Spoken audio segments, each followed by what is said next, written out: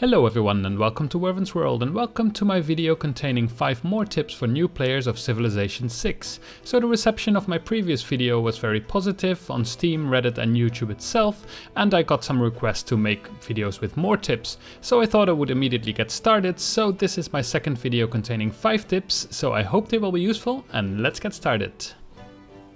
Tip number 1. When two different cities border each other, it's possible to decide which of the cities gets access to some of the tiles that are on the border. For example, here this city has access to a wonder, which is called, I think I can't pronounce it anyway, this Chichen Itza or something like that. And if you look up what that does, then you will see that it gets +2 culture to all rainforest tiles for this city. However, this rainforest tile here is currently owned by Sarpsborg. If we click on the city, manage citizens, we can see that this is owned by this city. But that's kind of a shame, so I'm missing out on culture for this city. So to change that, I can click on Nidaros, and then I can click on this tile here, swap. So at the moment it gives 2 food and 1 production for this one, if it would actually work it. Now I click on swap, and you can see that actually I get extra production and culture on it because now it's in the city that has this wonder. So by doing this swapping, you can kind of decide which city gets access to which tiles. Tip number 2, you can actually influence what your city specializes on in 2 different ways. You can do it yourself by clicking here on Manage Citizens, and then you can kind of decide which tiles they should work on. For example, let's say I want them to work on this tile here for no reason whatsoever, then it just takes it away from somewhere else and then it puts it here. However, now I get this lock, so basically you can also lock different ones so that you're sure that at least they don't take them away from there when you click on another tile. So another way to do this, which is a bit more handy I think, is these buttons here. And this is especially useful with big cities because there's a lot of degrees of freedom of movement basically, where let's say I want to save up for something and I need a lot of money all of a sudden, then I can just click here on this gold, and now suddenly instead of 29 I have 37 gold per turn, and that's because it starts switching workers around. You can see that here. If I click on it again, I kind of disable it, like definitely don't focus on gold, try to get as least gold as possible and focus on other things. So you can see here it switched out some civilians. This is like the balanced design, and now I'm going to focus on gold again. So from 29 I go to 37. You can also focus on other things or even multiple things at the same time. Let's say I want to focus on gold as well as culture, then I'm going to get this. And I don't want to focus on faith at all, and then it's going to redistribute them again. So using this you can kind of go into big detail with how to distribute your citizens. Tip number 3, luxury resources, they are amenities. They help to keep your people happy, but they work in a bit of a weird way. For example, if I look here at Pharsalos, you can see that it has access to furs, which are a luxury resource. But if I click here, then you will see that I don't have any amenities from luxury resources. Why is that? Well, luxury resources provide this amenity to up to 4 cities. So let's say I have access to furs, it basically takes those furs and then distributes them around 4 cities that need them the most. However, let's say I have 2 furs, then it doesn't take those 2 furs and distribute them to the 8 cities that needs them the most, but only to the 4 that needs them the most. If you have additional furs, you can't do anything with it except for trade it away for example, other luxury resources that you don't have yet. So basically you need to try to find as many different kinds of luxury resources as you can. And for example here, Pharsalos doesn't really need this luxury resource at the moment.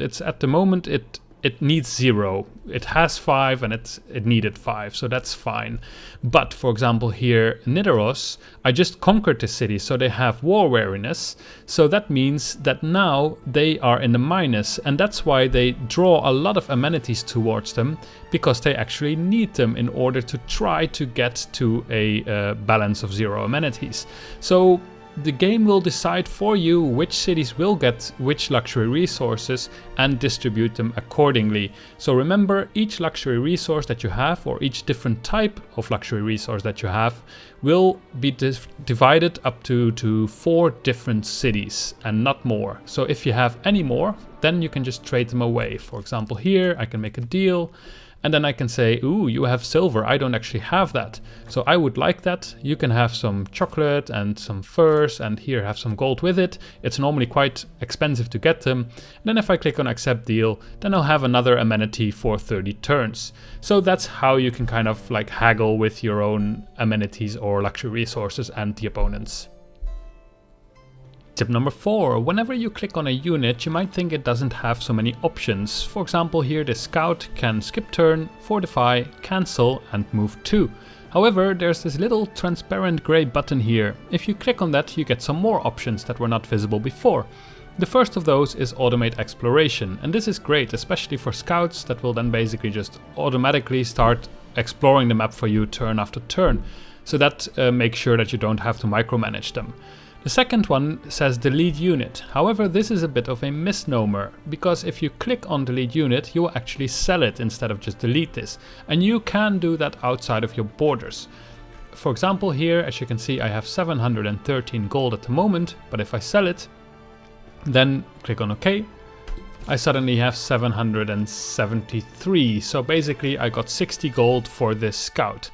So that's quite a handy feature. If you've got a unit that you don't need anymore, you can just delete it and actually recuperate some of the cost of this unit. You can also, for example, capture builders of other people if you're at war, and then sell them if you don't want to bring them to your own city to also get some extra gold.